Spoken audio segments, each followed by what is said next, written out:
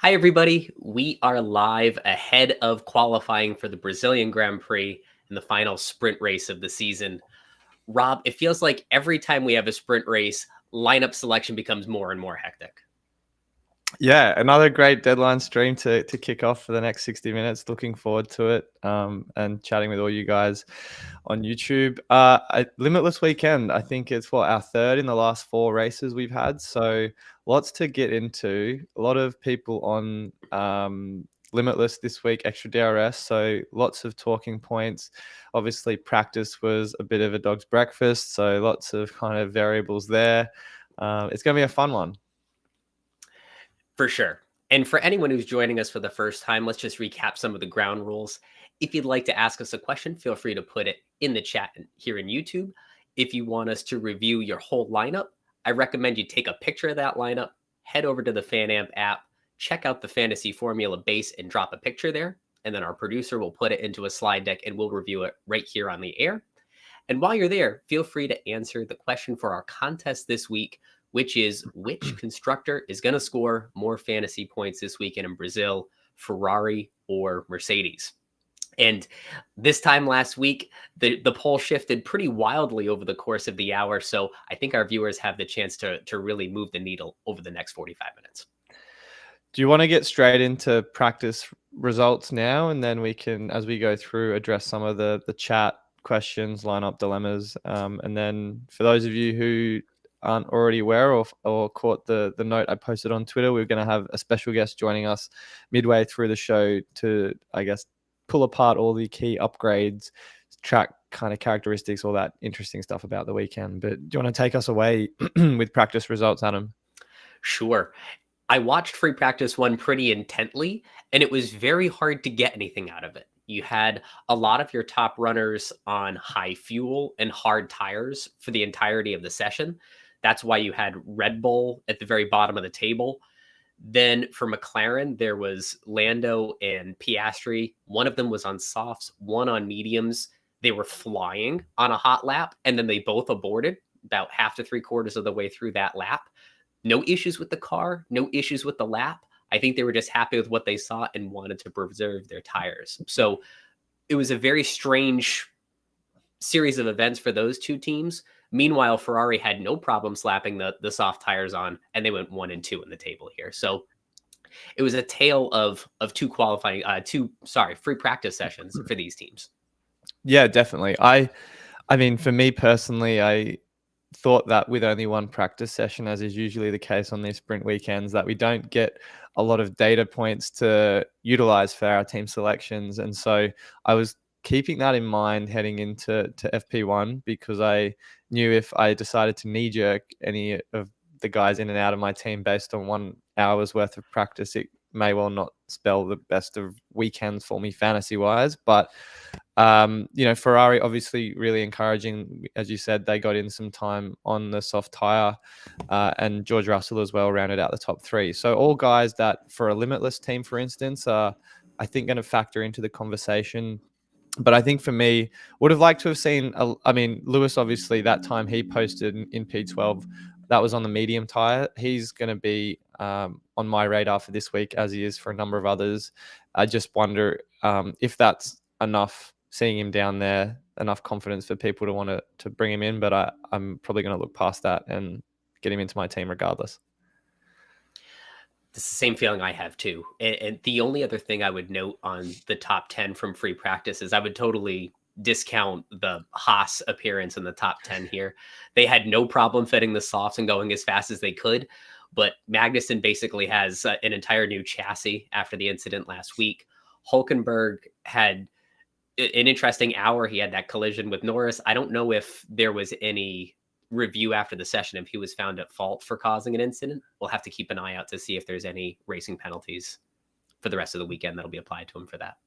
Yeah, definitely. I think what stood out to me as well was George Russell. He put that time in 111.865, 1/10 off Carlos Sainz, but he did it on a medium tire, whereas the Ferrari's fastest times were on a soft. So I do wonder if that bodes well for him heading into the weekend. Obviously, there's talk of a 1 to 2 stop pit strategy, and whether given the pace he's demonstrating on that medium compound, is enough for him to push for a podium or so. Obviously had a great result here last year. So I'm intrigued by George Russell. He wasn't really kind of front and center for me before today, but I wonder if that changes the narrative just a little bit.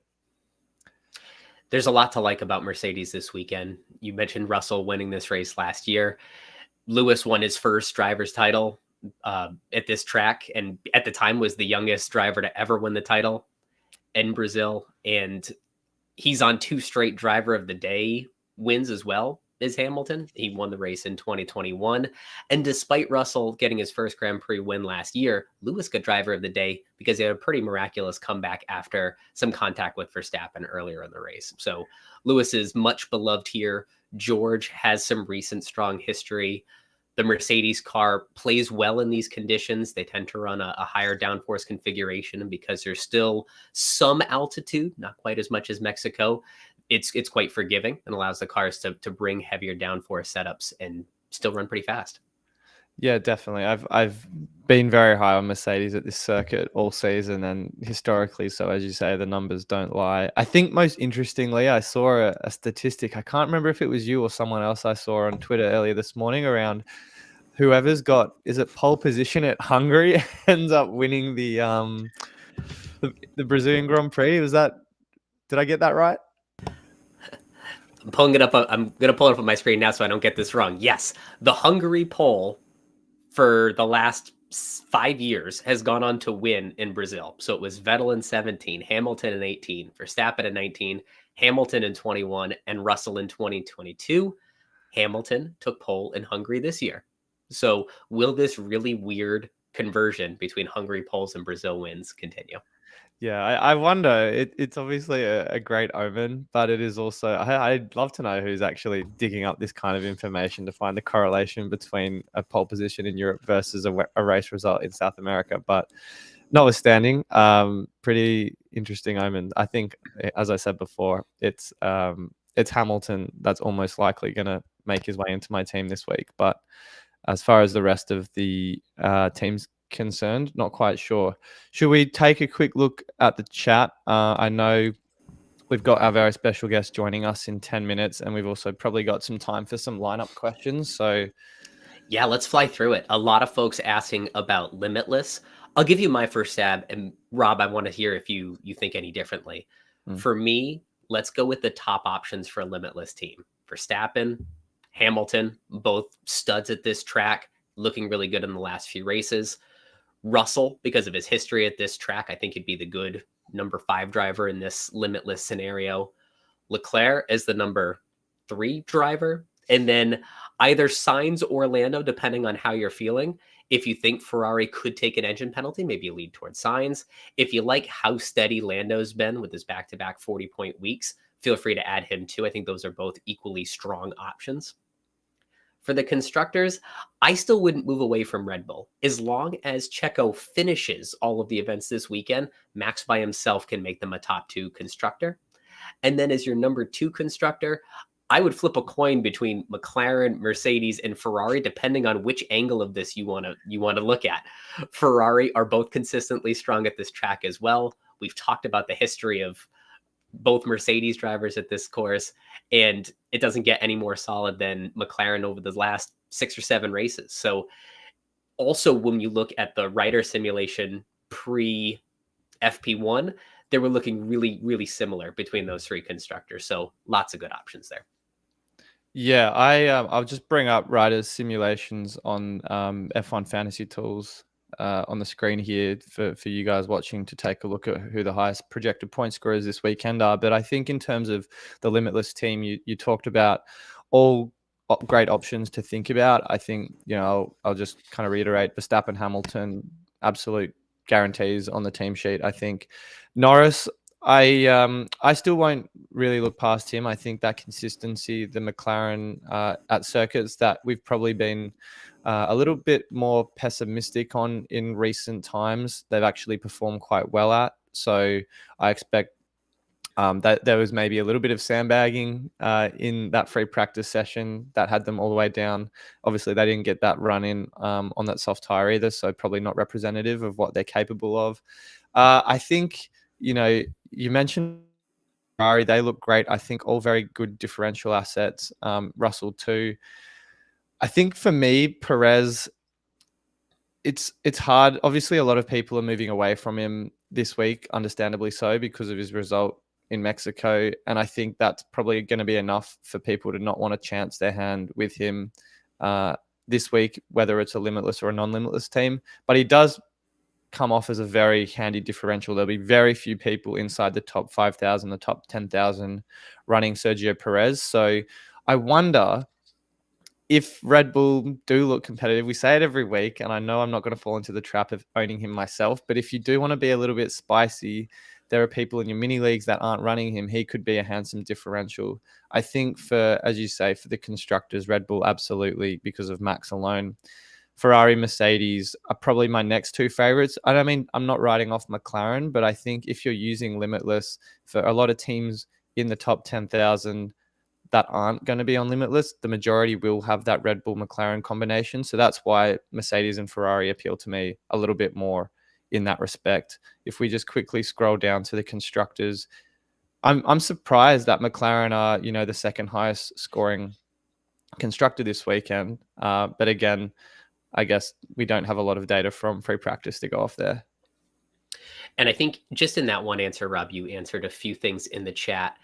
Ansheet asks, limitless Ferrari versus McLaren assets.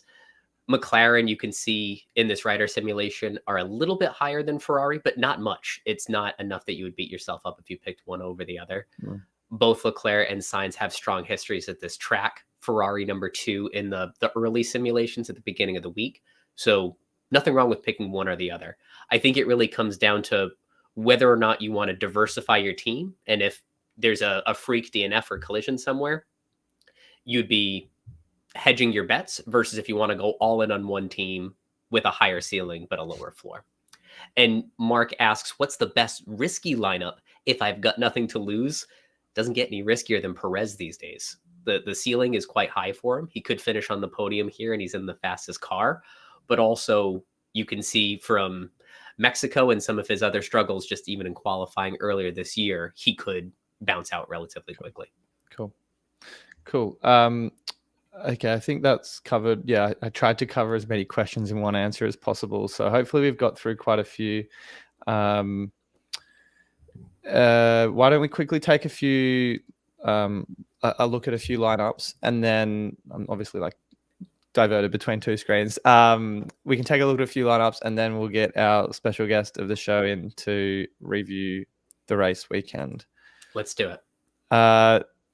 Do you want to quickly take a look at the poll before we jump into the teams? Sure. So we asked which constructor will score more fantasy points, Mercedes or Ferrari. And this was at the top of the hour when we started. It is overwhelmingly Mercedes. And I'm sure that's because of their race history at this track, how strong Lewis has looked since getting that new floor a few races ago. I was actually one of the few people who said Ferrari, not because I think they'll finish ahead of Mercedes in this race, but because a small piece of me thinks they could take some engine penalties and then they'll just rack up the overtakes and positions gained to try to make some headway there. So I think Mercedes will be finishing higher in the race, but Ferrari scoring more fantasy points due to overtakes. That's a guess I have. Well, we're 45 minutes away from qualifying, and I haven't seen any news yet on those Ferrari penalties. So hopefully we have a bit of clarity on that in the next 5 to 10 minutes once we get our special guest in. But I'm very confident that Mercedes will have a good weekend and come away with the biscuits. So the first lineup that we've got on the screen here is from Yank the Mike, friend of the show. He's running Limitless. We've talked about, triple Mercedes is a very viable and differential option as well. Double Red Bull, I think, safe bet. And then you've obviously pointed out as Charles Leclerc and Lando Norris as two very sensible options to own. So I can't really fault this lineup here. Sorry, I accidentally scrolled down. Anything else you wanted to say on that one? No, I totally agree. If for teams like Mike, he's hanging around the same part of the global rankings as me, it's time to go all in on Mercedes. Try to get that differential to move us up ahead. I like that play. Yep. Next one is Leapfrog. Doesn't look like they're using a chip this weekend, but they've got in Lewis Hamilton, Red Bull McLaren is going to be the case with a lot of people. But I think, interestingly, Alonso stands out to me as, I guess, someone in this team that I haven't really thought about much this week. When we talk about risky teams, I think Alonso is one of those risk reward plays too. He's been saying all week that the recent struggles with DNFs around Aston Martin are unlikely, and they think that they have the configuration for the car to really dial it in. He looked okay in FP1, but also, what can we make of a session where your front runners were running full fuel loads and not showing you what they can look like on soft tires? So Fernando is someone, if you're feeling risky, could crack the top 10 and make up a lot of room. I do like that you have Verstappen, Hamilton, and Yuki, who's been on an incredible run of form lately, as well as Piastri, who's been safe. So Alonso, maybe you could sub him out for an Alex Albon if you wanted someone a little bit safer. If you like the higher ceiling, lower floor option, Alonso's there for you. That was my thoughts, exactly. Awesome. Lineup 3/4 is from 24 Av. Looks like we've got two different combinations from this person here. I would like to start with the team on the right-hand side before we go into a more template build on the left. I think Lewis becomes, just as we've pointed out on a number of occasions, a very attractive option to own at a circuit he's expected to do quite well at. And then you obviously mentioned Albon too as a safe bet in a car that just seems to be, at least when he drives it, quite reliable. I wouldn't say the same about his teammate, but I think the Mercedes constructor is a slightly different option you can take in that premium constructor slot there. I think they've got a lot of upside if Russell and Hamilton do quite well this weekend, but do you think they've got the pace and the performance to see them through to the checkered flag in first? I think this is another one of those lineups where it depends on what you want to achieve. If you are at the top of your mini league and you want to go with something nice and safe, the lineup on the left is basically Old Faithful the last month or so. If you really want to make some moves, the lineup on the right could get you the biggest differential, but also Mercedes very rarely get fastest pit stop points. Your one or two bad breaks if there's rain later in qualifying from both drivers not making Q3, and that's another big point getter for a team like Red Bull. So I always tend to recommend people keep Red Bull in their lineup, but I do appreciate if you need to make a splash with Team 2.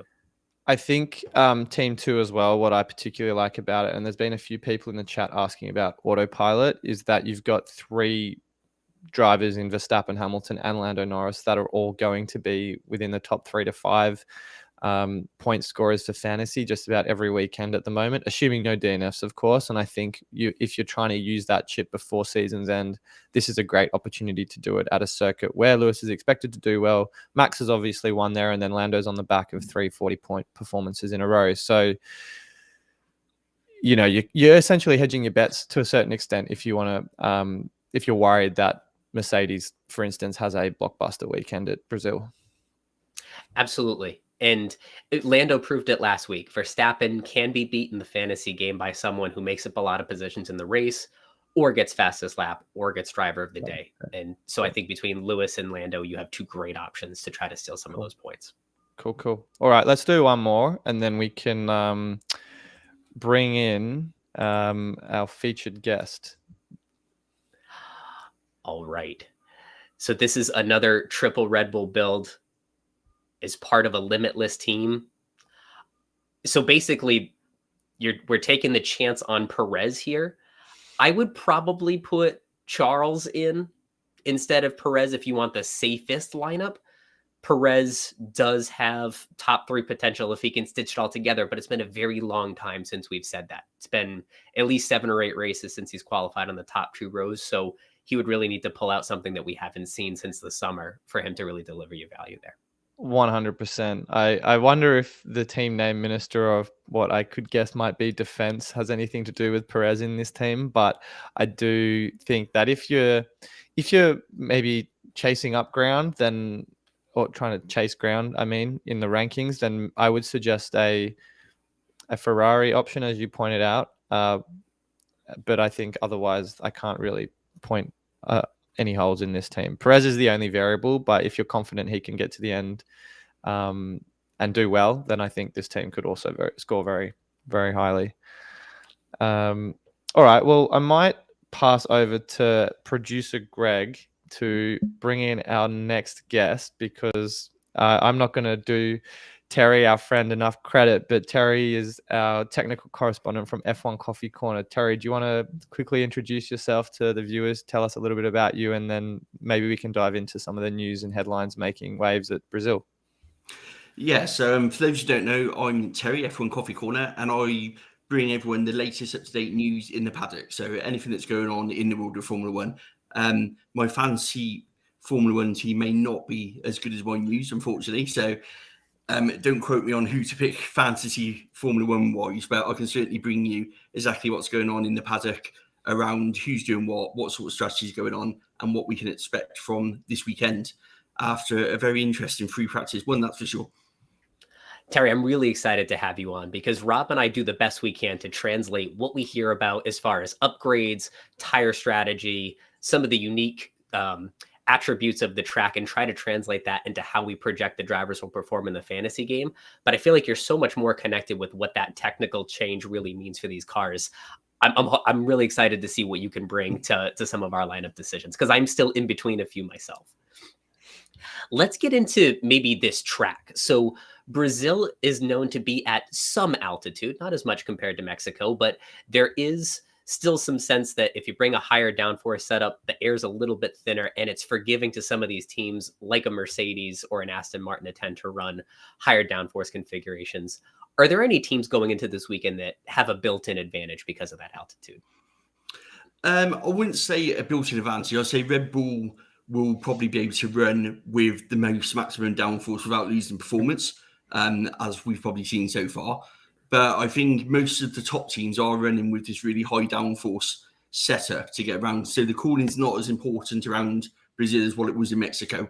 And we are expecting certainly the sprint tomorrow to drop in temperature. So today's about 29, tomorrow's going to drop to about 22. So I don't think the cooling's going to be too much of an issue around Interlagos. But what you've got to bear in mind is when they're running the high downforce, they're going to compromise on those straights that are in there as well. So it is a sort of, risk reward sort of process. Same with the ride height, certainly around Interlagos as well. Do you think there's going to... Oh, sorry, Adam, please go ahead. I was just going to say, you mentioned ride height, and that's given me some PTSD from the US Grand Prix. What steps do you suppose Mercedes and Ferrari are taking to avoid a repeat of what happened in Austin? It's really tough because Austin was a lot more bumpy than what was expected. And it probably is a lot more bumpy than what we're seeing in Interlagos. There has been a bit of resurfacing, but it's only very slight at sort of turn 6, turn 7. So there's not been a lot of change on the track from when the teams were there last year. But it's all about the risk and reward. So Red Bull, I think, will be very conservative with their ride height because they can afford to be, because they're not going to lose as much performance. So they will be very cautious about not wearing a plank out. Mercedes, Ferrari, they're now going to be caught, especially after just one free practice, in that sort of scenario of, do we go for it again, risking obviously what happened in Austin, or do we play that a little bit cautious and lose a bit of performance by playing safe? Do we change the setup slightly on both cars? So, Mercedes, do they go with one or the other? And same with Ferrari. So it is really sort of all about what they got from free practice one. The weather doesn't look great for qualifying. I think there's some rain, some shower issues. So that's going to play a massive part in terms of setup as well. So it's going to be really interesting to whether or not these teams are going to go for the win or play safe on the back of what happened in Austin. Yeah, so I think you obviously pointed out Ferrari and Mercedes as two teams to watch heading into this weekend. And for a lot of viewers, they're deliberating which drivers or teams are worth their attention at a pivotal weekend, probably the most pivotal weekend left in the season for fantasy managers. What do you expect of Ferrari in particular? Because obviously they look very good in practice on that soft tire, top the timing charts. But and we've obviously seen from, I think, Albert Fabrega that they were second in the race pace simulation times earlier this week. Do you expect them to be as competitive around Brazil as, say, Mercedes or Red Bull? Or is it just a matter of the fact that they just got in soft tire times that make them look more competitive, or is there more to the story there? Well, they're not running as high downforce as the other teams. They've got what you call a medium to high, so slightly less on the downforce deliberately to give them a bit more speed. But it's all about with Ferrari, it's their rear tyre deg, which we know Haas have already alluded to during free practice. They're struggling with it.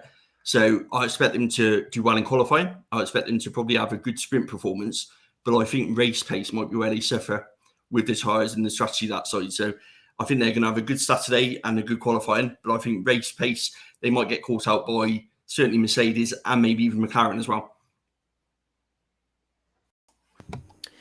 Terry, one of the teams that looked really good last week was AlphaTauri, and there was a graphic from the pre-show that showed that they were probably the second most improved team in terms of improvement, seconds per lap since Bahrain. What do you make of Yuki and Danny heading into this race with the recent success in Mexico? To be honest, I think they're a bit of a dark horse again. I think they're going to have a very similar performance to Mexico. I would say they're probably a better bet than certainly someone like Aston Martin and maybe even above Alpine. Alpine was showing some really good pace earlier today, but again, they've obviously sacrificed it because they could only stay on the throttle for about 50%, which is the lowest of the team. So they've obviously gone for speed during free practice, through the speed trap. So they're sacrificing that. I think AlphaTauri have got a good mix on it. I know that Danny's got problems with his floor, which I believe they're replacing and fixing before qualifying. So that should be fine on that one. So I don't think his times were wholly competitive in terms of what he can do, because he had a bit of duct tape and a bit of patching up going on, certainly in free practice, just to get some runs in. But I would certainly put them in the sort of best of the rest, probably above Williams as well.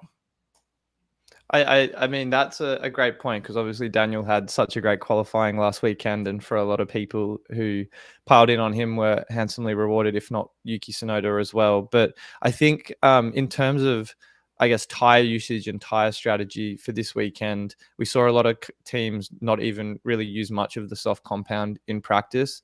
What's the approach you think most teams will take heading into this weekend, and do you think that's likely to affect the outcome of the race in any event? Well, sprint weekend, they obviously get 2 sets less on the soft and 2 sets more on the medium. So a lot of teams obviously saving their soft for qualifying.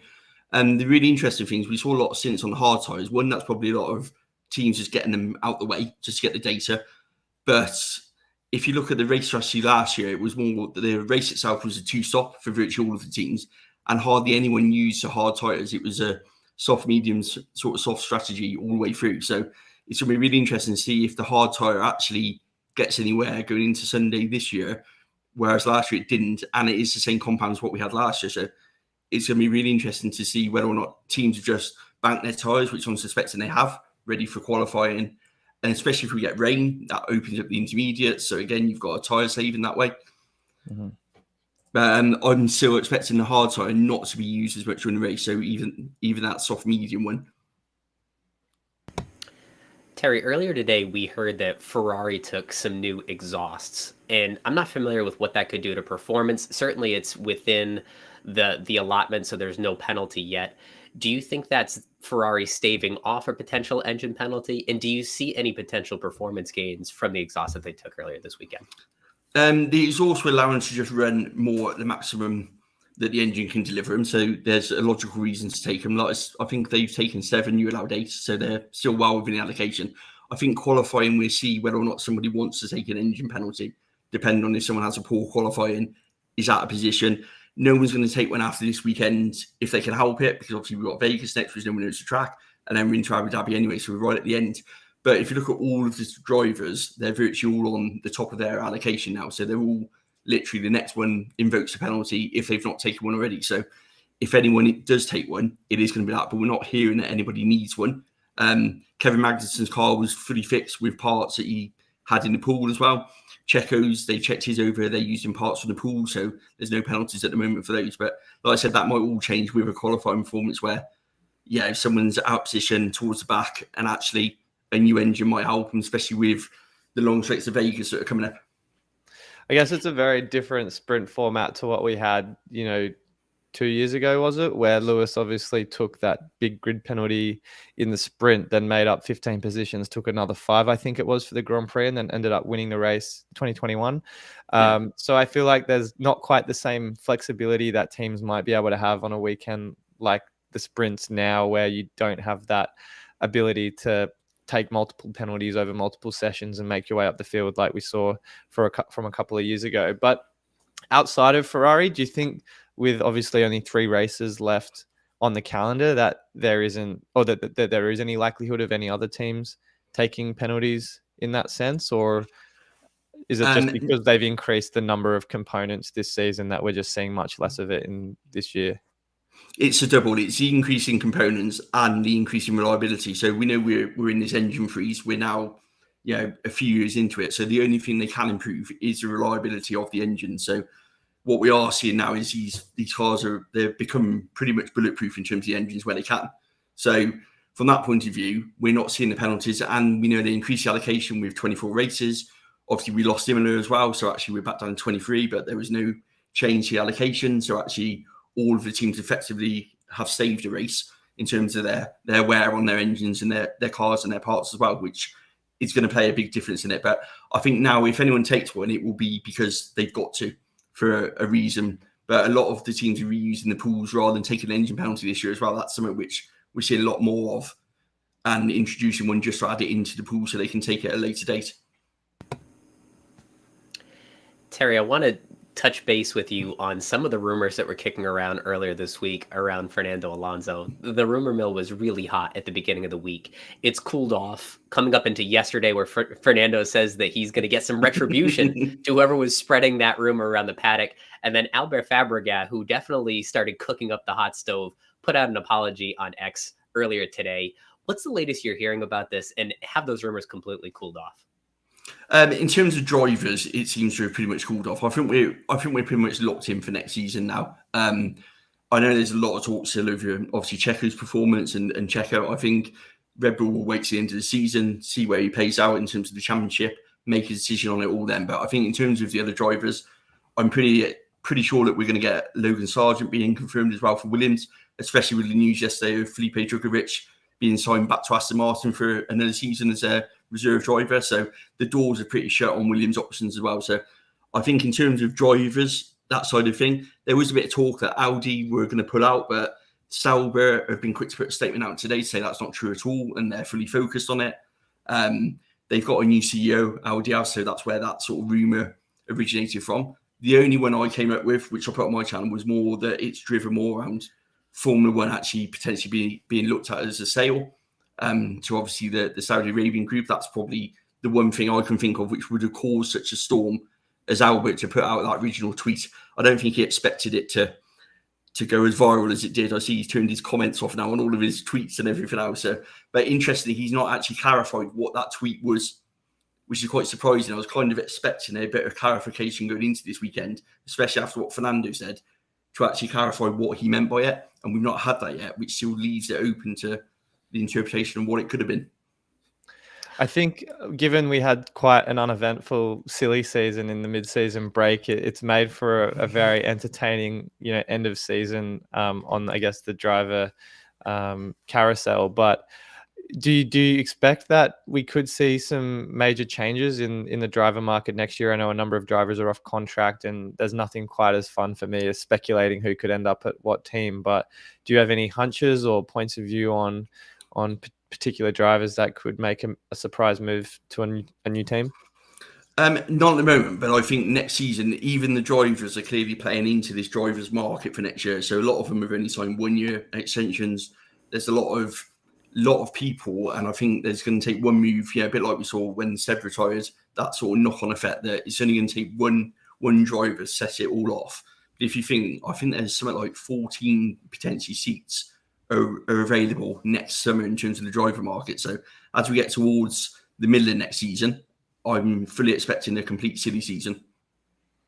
Cool. Adam, I might let you kind of round out this with another one, or and then in the interest of time, we might pivot back to the contents of the fantasy discussion. Sure, Rob. Well, Terry, I think you've definitely hit on all the top questions I had. I'm trying to think if there's anything else that we hadn't covered. Is there anything that you observed just in FP1 that we haven't talked about already that could be a predictor of qualifying and race performance? I don't think there is. I don't think there was anything in there that is a predictor. Even the Ferraris running on the soft tyres just to get a lap in. So much, Red Bull look like they're running really heavy fuel loads. So again, I don't think that's a comparative data. Mercedes at the end run at quite a quick run with George to obviously try and set a time and be a bit competitive, probably looking at what they can do with their setup. But I don't think we take anything from that at all. In terms of the upgrades, you talked about upgrades earlier on. We only had one this weekend, which was obviously Haas with a slight change to the front wing. That's because we're at the back of this triple header where we had them introduced in Austin because we went back to back on all 3 races. There wasn't many upgrades to bring for this one. Aston Martin have done some work with their floor. They've done a patchwork on the one they had in Austin, so they brought that one back, which might make a difference, but they certainly look like they're struggling for pace at the moment. It's a relief to see that you also didn't get a lot out of FP1. I finished the session thinking, clearly I'm missing something, but it's definitely a relief to hear that someone with as much wheel knowledge as yourself saw the same thing. Well, Terry, thank you so much for joining us. If anyone wants to find Terry, he has a thriving base over on FanAmp, and also check him out on TikTok and on X, F1 Coffee Corner. Terry, thank you so much. Thanks for having me, guys. Appreciate it. Thanks, Terry. All right, Rob, let's get those lineups back up. I know there are a few more coming in, and then we can fly through some questions in the chat. In the meantime, we've got about 10 minutes, 15 minutes until we draw a contest winner. So make sure you tell us on our FanAmp base which constructor will score more points, Ferrari or Mercedes. Well, I've got 2 more teams. We could probably run through all of them pretty quickly because just looking at a few, they all look quite similar. But, well, speaking of Joe and Luke, who are on the screen, I wanted to run this lineup last week and I'm priced out by 0.2 this week. Very jealous. So there isn't really much more for me to say other than excellent lineups, guys. I'd probably be certainly running this one this weekend if I could stretch budget to it. Not only do I like it, I guess we can cut to the chase on this. I'm running it myself. So I just snuck it in, and I'm going to go with the lineup you see on the screen. So Max and Lewis obviously give you the potential of a front row lockout. Lando is as steady as it comes. Albon fast at this track, very steady as a fantasy asset. And then Ricardo has been surging, and it just works with the budget. The other lineup that I was looking at was instead of Lewis and Ricardo having George and Piastri, the difference there for me is that I still have the final fix in hand. If Ferrari take an engine penalty, or if anybody's out of form and takes an engine penalty, Charles could fit in the Lewis spot, Carlos can fit in the Lando spot, but with George and Oscar, it just throws the team off center where I can't really final fix anybody useful in. So I think this team is safe and gives me final fix flexibility. Great point. So you've locked in your team already this week then? I literally have the button ready to hit submit in case Terry blew my mind with any facts, but this is the team I have up on my screen right now. Okay, very good. I'm pretty similar. Again, all pretty similar teams. Russell was one option I was looking at for Billy in the middle lineup, but I will probably end up on the one on the left-hand side because of budget restraints. So I like all of these. And then we talked about Alex Albon on the right-hand side. Mercedes, I think, is great. You just want to be confident that, again, Lewis and George can finish close to the podium, that they are outscoring Red Bull, assuming Perez also finishes the race.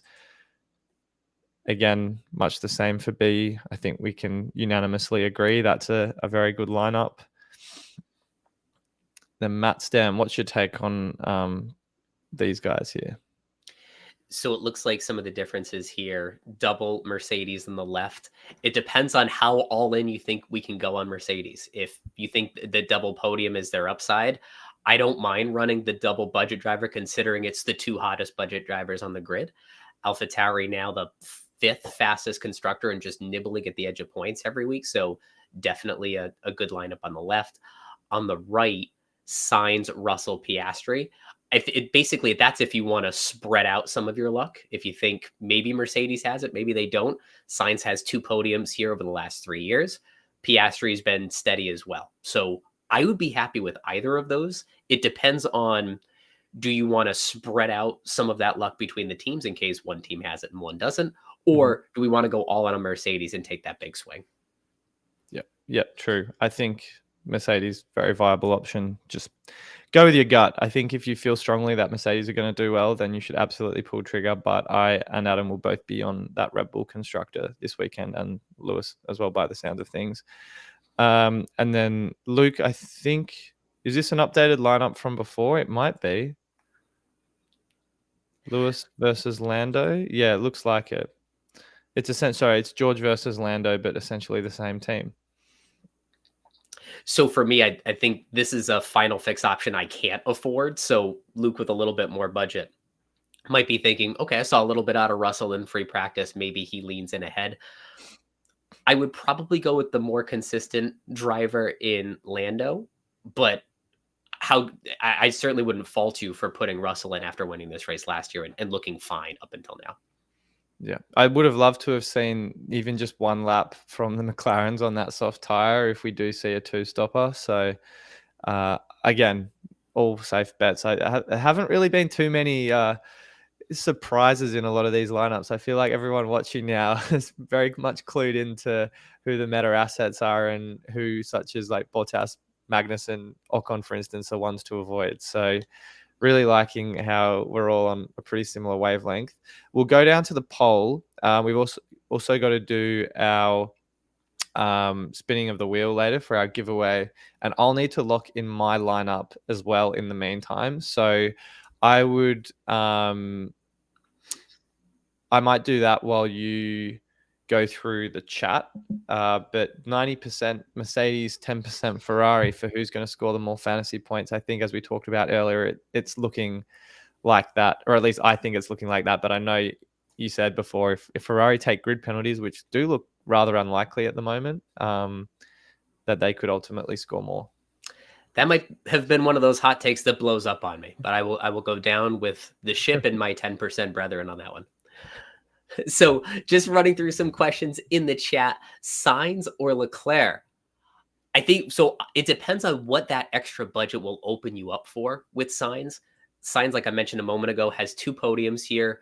Leclerc has had a run of success over the last few years, including a big run from P18. There was a collision between him and Lando that they both survived in that race, and Leclerc came all the way back up into a top 5 finish after that. So really great run from Charles here last year. So on balance, if you just had to pick one or the other, they're both equally fine. But does that extra budget from Sainz open you up a better number 4, number 5 driver? So food for thought for you there, Robbie. Let's see. Adam, I would like to pose a question to you and the people in the chat, if I can, because I've been grappling with my lineup a little bit. I might just bring it on screen so people can see where I'm at. But I guess where I was before this weekend was Perez in that position here, and then I had Piastri in this position, the triple McLaren, triple Red Bull template lineup. Now, I think I've been pretty outspoken about how great a fantasy asset Lewis is for this weekend, and he likely would be the perfect fit in this position here. I'd also likely use the autopilot chip. I think the situation I'm left in right now, and I already feel I'm probably leaning towards this lineup right now, but I can't get to Alex Albon like Luke, Joe, you, and many others can. I guess I'm stuck right now as to whether I go for Lewis, Hamilton, and Yuki Tsunoda, or I, instead of Lewis, just swap Perez out for George Russell and keep Piastri in this final position. Or I go super differential and just go Lewis and Mercedes and have Piastri here. So I've got kind of 3 options. This has probably been the one I've been leaning towards the most, or at least one with Lewis in the team for autopilot. But do you or anyone else have a particular point of view as to whether this actually makes any sense at all? I'll start talking while the chat fires up on this. For autopilot, it would depend on how confident you are that it would shift from Max to Lando, or that it won't move from Max to anybody, regardless of if you keep Lewis in. If you only had Lewis in for that autopilot help, odds are it probably won't move and it'll stay on Max. So if that's enough of the argument you need to move off him into one of those other lineups, I could see that.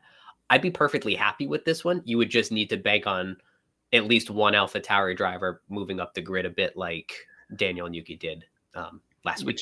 Which is what I'm probably a little kind of skeptical on. I do think they drove very well last weekend, but it is a toss-up between if I do go the Lewis Hamilton route for autopilot, if it ultimately pays off, or if I just make that one swap for George Russell, stick with Piastri, who I still think will do quite well. What that ultimately looks like.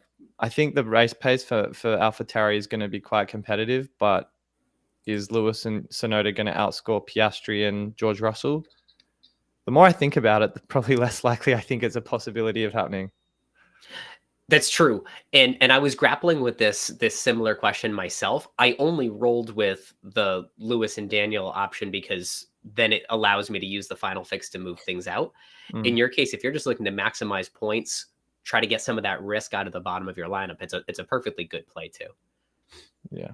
Well, I feel like I'm no closer to making a decision now than I was an hour ago. So I'm still not sure where I'm at, whether I click the button on this or I go George Russell and Piastri. But maybe we can, we've got 14 minutes, and knowing me, I'm not going to make a decision until the last minute. Do we want to quickly cover a couple more questions? Yes. So Matthew asked in the chat, do you trust Russell or Sainz more here? I trust them both fairly equally. Russell obviously won this race last year and has always been strong in Brazil. Mercedes with a new floor and look like they'll be just fine this weekend.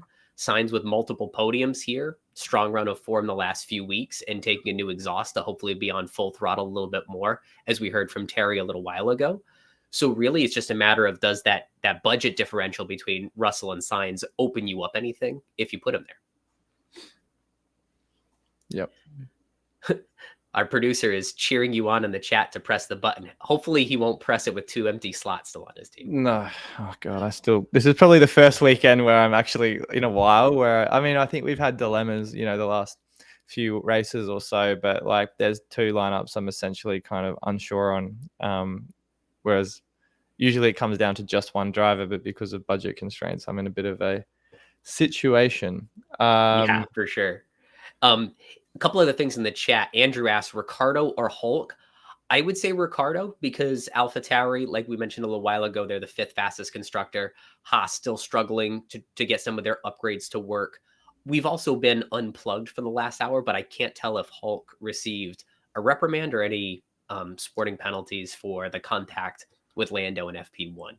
I was just looking at Medlin's tweets earlier. It doesn't look like Hulkenberg has any penalties or is at fault for the incident that you might have been referring to. So all in the clear for him. Kevin in the chat has the same problem as you, Rob. Lewis, Albon, and Ricardo, or Russell, Piastri, Tsunoda.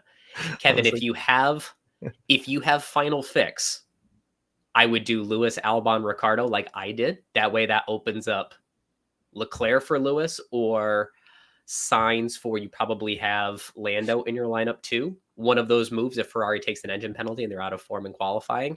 If you just want to spread out those good points all the way around, stick with Russell, Piastri, Tsunoda. Piastri on riders projections again for highest price increase this week. Yeah, I think Kevin doesn't have final fix by the looks of things, and it looks like we're in exactly the same boat. So I am stuck as much as you are, Kevin, and it could go down to the last minute. I'm now like I'm in 2 minds because I've been so certain. I've been pretty certain on using autopilot this week with Lewis, but now I'm like, is Max going to over a sprint race weekend outscore Lewis and Lando, which 5 out of the 6 times this season, or 4 out of the 5 times this season, he's been the high scoring sprint race driver. So I don't know. It was because obviously that weekend Checo won, that had driver of the day and all that in Baku was what got him over the line. So I have to be confident Lewis comes through the field and wins, or I think it's just going to be another wasted chip for me this year. Well, I'll give you a moment to make peace with that because we have to move to the contest in a minute or two. So I'll give you some nice headspace. Head back to the chat. Mauricio asks, how would you use Limitless? A recap of how I personally would do it: Verstappen, Lewis, Lando, Charles Leclerc, and in that 5th spot, either Carlos Sainz or George Russell. Red Bull as the first constructor. And then for the second constructor, the opposite of your decision for Sainz versus Russell. So if you did Sainz, do the Mercedes constructor, Russell, the Ferrari constructor. And that way you get a good piece of all those top drivers. That's how I would use it. Okay. Let's see. Are there any other questions in the chat that I missed? Feel free to drop them on the bottom if I missed one from a little bit higher up. A lot of Sainz versus Leclerc for Limitless. I would truly flip a coin on either of them. I think they'll both finish somewhere in that P4 to P6 with top 3 upside. Cool. All right. I will probably get the wheel spinning now with 10 minutes to go. I still haven't made a decision on my team, which is obviously encouraging, but these are everyone's names that entered into our competition for this week. So it's usually you that spins the wheel. I don't even know where we press the spin the button. Do I just click anywhere on the wheel? You'll be good. Okay, here we go.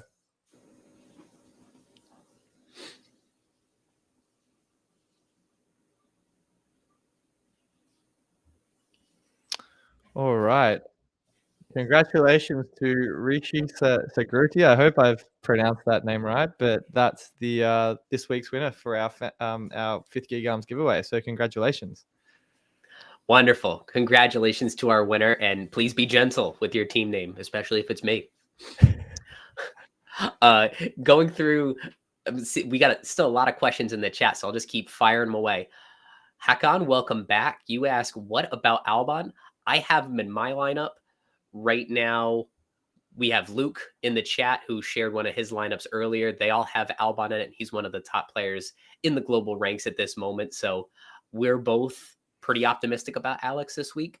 A lot of fast stretches of track, a lot of good overtaking through some of those long DRS zones. So we're pretty optimistic about Alex this week. Tahir asks, should I use Limitless? Absolutely. If you still have Limitless or 3x DRS boost, use it on this last sprint race of the year. We got 3 events to score points. You want to make the most of that as you can, because we're heading toward the great unknown of a track we've never been at in Las Vegas in 2 weeks. And then Abu Dhabi, who knows whether teams are phoning it in or trying something experimental for 2024 in that last race. 3x, a couple of questions on 3x. If you could, a lineup very similar to Rob's, where you have Max and Lewis, that allows you to 3x Max and 2x Lewis. I think of any driver not named Max, Lewis gives us the best chance to make the most of either an autopilot or the 2x chip once you move it off of Max. All right, I'm going to get this locked in. I think I'm going to just go with Lewis. This frustrates me so much. I'm 0.2 away from Alex Albon because I also know that to get Piastri, can you hear that siren in the background? It's going gangbusters outside. Just a little bit. Yeah, I think I'm just. But the issue is I've got like 3 million sitting on the sideline. Like, if Lando looks bad, I could always. I could always funnel fix in George. I don't even have final fix. What am I talking about? See, I'm just losing my mind here, Adam. He's coming unglued, everybody. Oh, I'm so unhinged. Speaking of final fix, Caroline asked in the chat, final fix, autopilot, or neither this weekend. I would vote for definitely use one of them. They're both equally powerful this weekend. If you use autopilot, make sure you've got Lando or Lewis on your team, so there's a real chance of that 2x chip moving. Or you could save it for next weekend not next weekend, but 2 weeks from now, the next race in Vegas. It's an unknown track. Maybe someone looks a little bit faster. For final fix, you've got several events where you could slot it in between qualifying and the sprint shootout in the sprint in the race. So if anybody looks a little bit off, you do have that fail safe. Just make sure that final lineup you set, you have a final fix person that could plausibly replace them. So if you have a bunch of cheaper assets, it's going to be hard to get someone who's good and fits in your budget with final fix. So think 2 steps ahead with that. All right. Oh God. I just saw Terry's comment in the chat and I've got 5 minutes to go. He goes, maybe look at Piastri because he backed out. I'm all over the shop. I still think whether it's George Russell or Lewis Hamilton, I'll still go for autopilot this weekend. Yeah.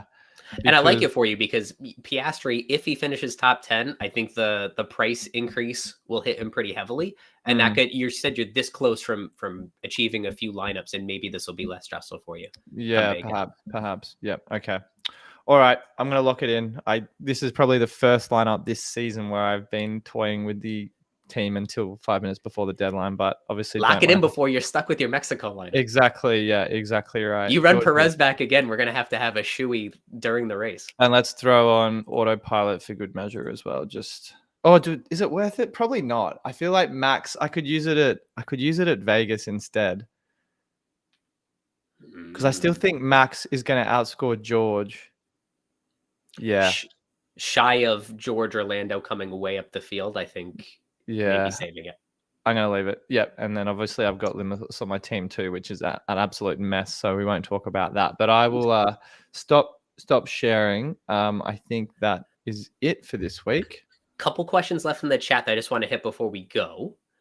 Kalula311 asks, Russell or Norris? I would say Lando safer. And I went with Lando. But also Rob has both, right? Russell and Norris? If you had to pick one, Rob, would you pick Russell? I've got Russell and Norris this weekend. Yeah, I think I'm leaning towards Mercedes. I definitely think both George and Lewis will be close to the podium. It could be a really interesting race. I don't know necessarily if McLaren have